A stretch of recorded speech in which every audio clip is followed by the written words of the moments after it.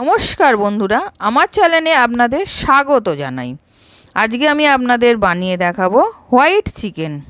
চিকেনটাকে ভালো করে ধুয়ে লেবু মাখিয়ে আমি আধ ঘন্টা রেখে দিয়েছিলাম।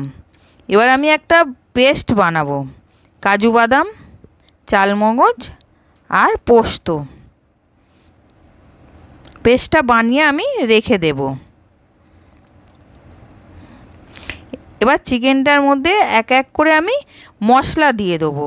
প্রথমে দিলাম টক দই, তারপরে পেঁয়াজটাকে আমি গ্রেটারে কুড়ে রেখেছিলাম, পেঁয়াজটা দিলাম। এবার আদা রসুন পেস্ট দেব, কাঁচা লঙ্কা দিয়ে ভালো করে মাখিয়ে নেব।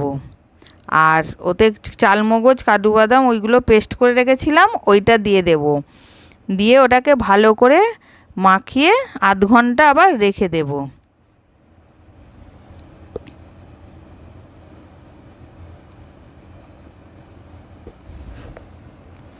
এবার আমি কড়াইয়ে তেল একটুখানি বাটার দিয়ে গরম করে নিলাম। নেওয়ার পর ওর মধ্যে ছোটো এলাচ আর জয়িত্রী দিয়ে ওর মধ্যে এক এক করে আমি চিকেনগুলো দিয়ে দেব।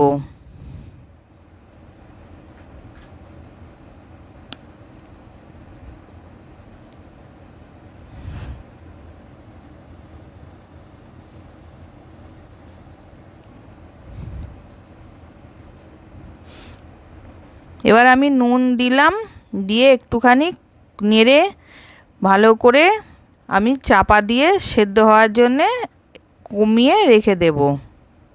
মাংসটা রেডি হয়ে গেছে। রুটি, লুচি, পরোটা যে কোনোর সাথে আপনারা পরিবেশন করতে পারেন। নমস্কার।